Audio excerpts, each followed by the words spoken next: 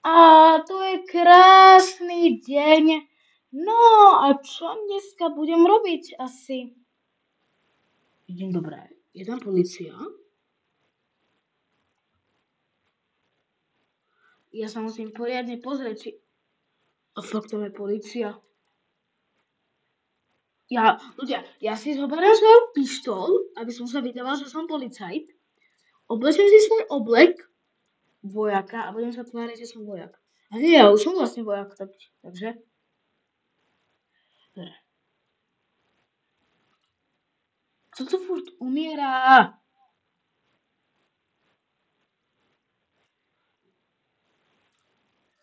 Dobre. Dobre, už idem tam. Som nejaký policajt, takže idem tam. Haló, policia! Policia! Haló! Haló, pane! Hej, ty čo máš tu pištol? Okamžite ťa zatíňam. Nie, ja som vojak. Čo tu robíte? Ja som ohľadne toho tu, že prečo tu je polícia. No, obzrite sa doľava.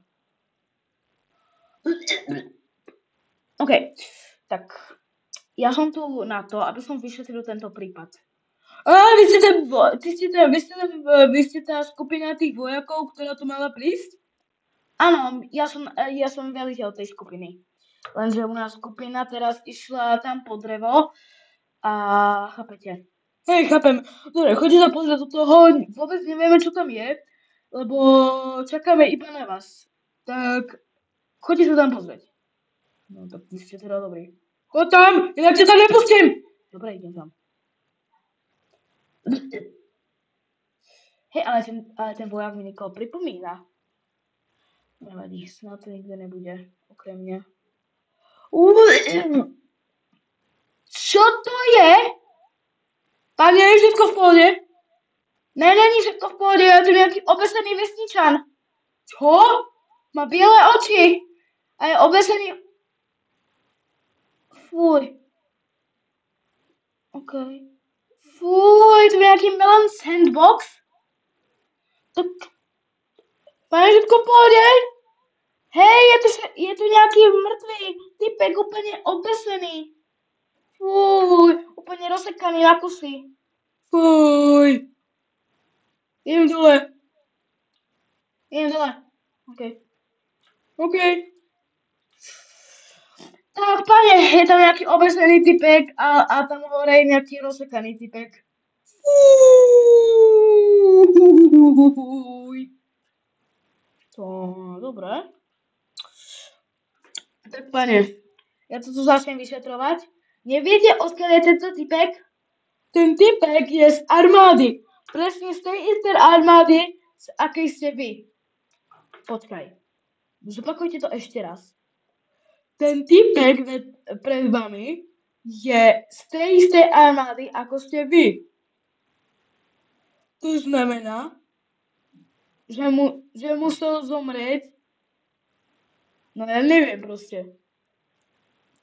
Proste je z vašej armády. Takže on je z vašej armády, hej? Práve. Dobre. Ja už viem, kto to je, pane! Kto to je? To je môj kolega, ktorý išiel na cestu a včera sa mal vrátiť. No nikdy sa už nevrátil. No už viete, prečo sa nevrátil. Ale prečo je tak dosekaný? Ešte keď žil, tak zavolal rýchlo policiu a povedal nám, že proste, že bol v kostole, sa už pripravený odchádzať, lebo si ešte balil veci. Ale potom niečo proste prišlo do toho kostola a všetkých tých typkov a tie ženy, ktoré tam boli, proste všetky zahynuli a proste všetkých zobral, okrem toho farára a nejakého typka. A že potom, že už ich nikdy nevidel. Tak ten farár musí byť ten vesničan a ten hore musí byť ten niekto iný. Hej, no práve, to si aj nemyslíme. A že vraj, keď ešte žil, tak sa išiel rýchlo pozrieť hore, aby všetkých zachránil a potom ho niečo strčilo, pravdepodobne to bol ten dosekaný typek, o ktorom ste hovorili a že vraj ho niečo zhodilo. A potom to bolo všetko, čo nám povedal. A potom umrel, hej? Hej. No. Tak aspoň vieme, jak umrel, vieme, kto to je a vieme, prečo neprišiel. Ale to nedáva všetko zmysel. Kto je, kto je ten typek? Toto musí byť farár. Toto musí byť farár. Áno, ten dedian vesniček musí byť farár. A tento je kto? Ten dosekaný. To nikto nevie, kto to je.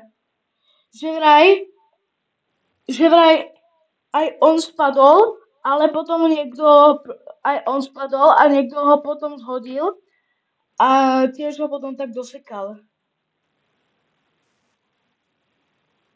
Ja tam vidím tvár. Kde? No tomu typkovi vidím do tváre. Tu má oči, tu má druhé oko a tu má pusu. No,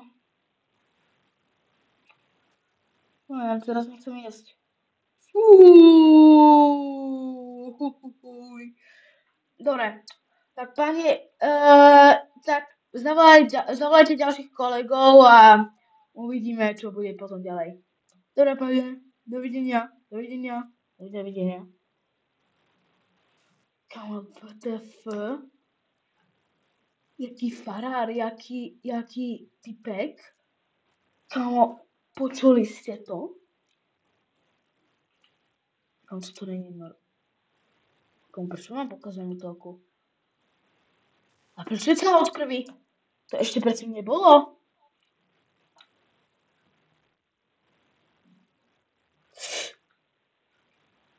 Nic to není u mňa doma. Ale ľudia, ja som nemal pokazenú telku.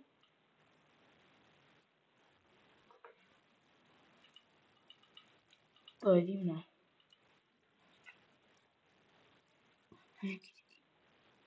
Dobre, takže musíme aj zistiť, kto zhodil toho typka, toho mojho kolegu. Volal sa Dušan. Takže Dušan, že vraj spadol z toho kostola. Extrémne divné. A kde je nejaký lekár? Akože tu je nejaká sanitka, hej, ale to je extrémne malé.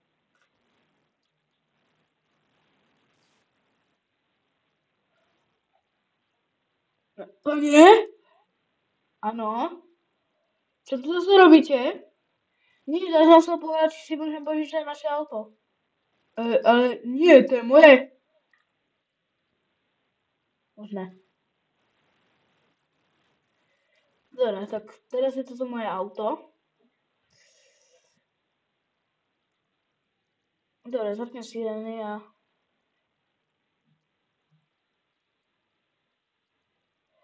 Skúsim nájsť moju základňu a skúsim tam dojsť.